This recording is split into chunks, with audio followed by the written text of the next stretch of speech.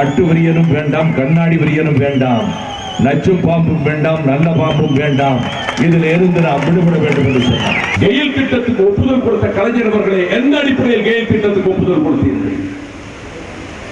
அவர் எப்படிப்பட்டவர் என்பதற்கு இன்றைக்கு நான் ஒன்றை சொல்லிக்கொள்ள விரும்புகின்றேன். மக்களை ஏமாற்றுவதிலே கைதேர்ந்தவர்.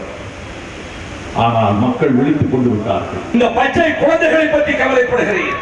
இந்த குழந்தைகள் காலத்தில் மது இருக்கக்கூடாது என்பதற்காக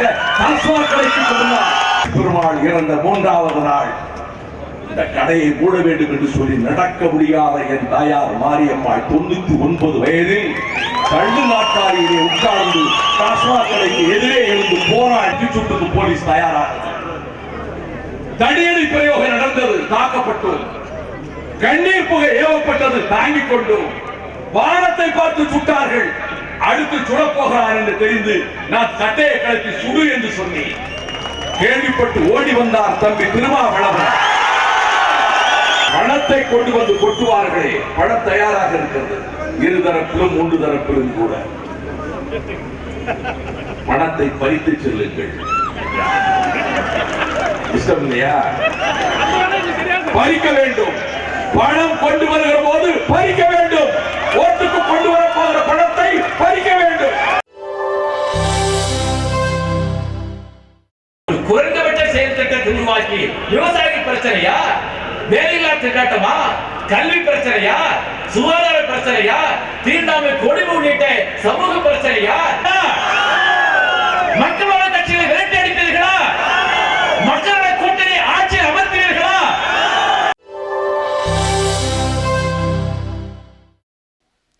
மக்களிட கூட்டணி தான் தமிழக அரசியலின் மாற்று சக்தி. இது ஒரு அருமையான வாய்ப்பு, இது ஒரு நல்ல தருணம், இது ஒரு அளப்பரிய சந்தர்ப்பம். இதை நீங்கள் பயன்படுத்திக் கொள்ள வேண்டும்.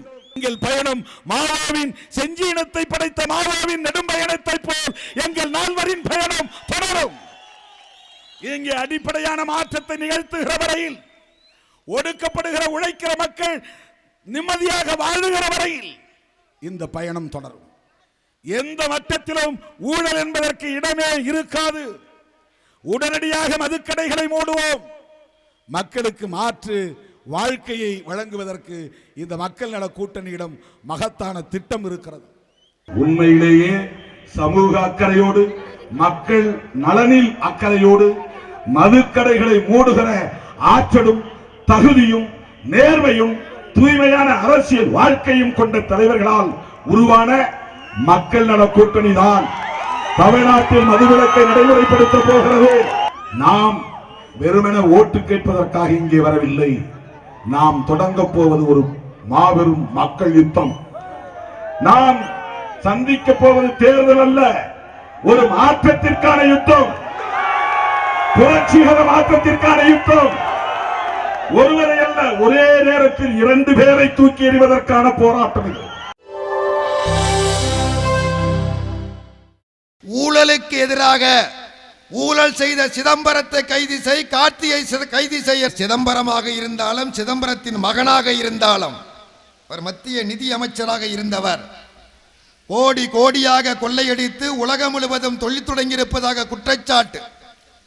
அவர் கைது செய்யப்பட வேண்டும், மகன் கைது செய்யப்பட வேண்டும். உங்களது கட்சியினுடைய பொதுச் செயலாளரும் ஜெயலலிதாவும் சிறைச்சாலைக்கு செல்ல வேண்டும்.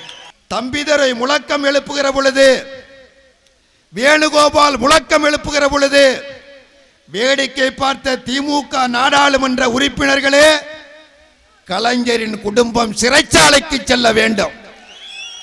நீங்களும் சேர்ந்து முழக்கம் எழுப்புங்க. நான் முதலமைச்சரானால் நான் முதல் கையெழுத்து போடுவேன், முதல் கையெழுத்து போடுவேன்.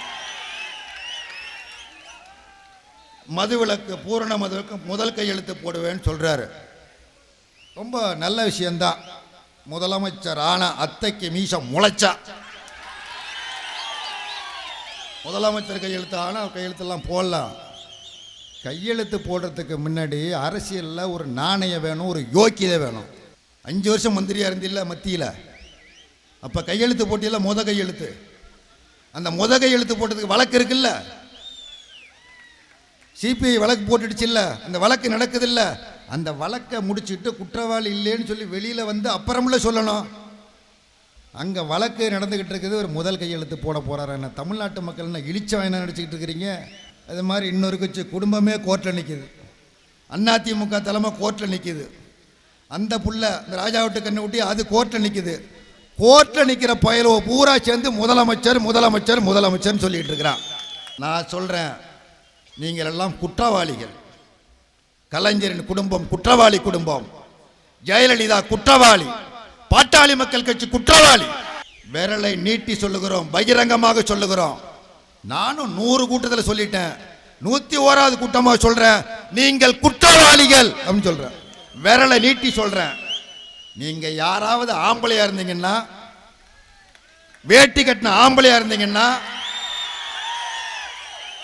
எங்களை நோக்கி உங்க விரலை நீட்டுங்கடா பார்ப்போம். நாட்டு மக்களுடைய பணத்தை கொள்ளையடித்தவனுக்கு அதிகாரத்தில் இடம் கிடையாது. அதற்கு மாறாக நேர்மையானவர்கள், மக்களை பற்றி கவலைப்படுபவர்கள், மக்களை பற்றி சிந்திப்பவர்கள், அவர்கள்தான் அதிகாரத்திற்கு வர வேண்டும். இது தமிழ்நாட்டு மக்களுடைய விருப்பம்.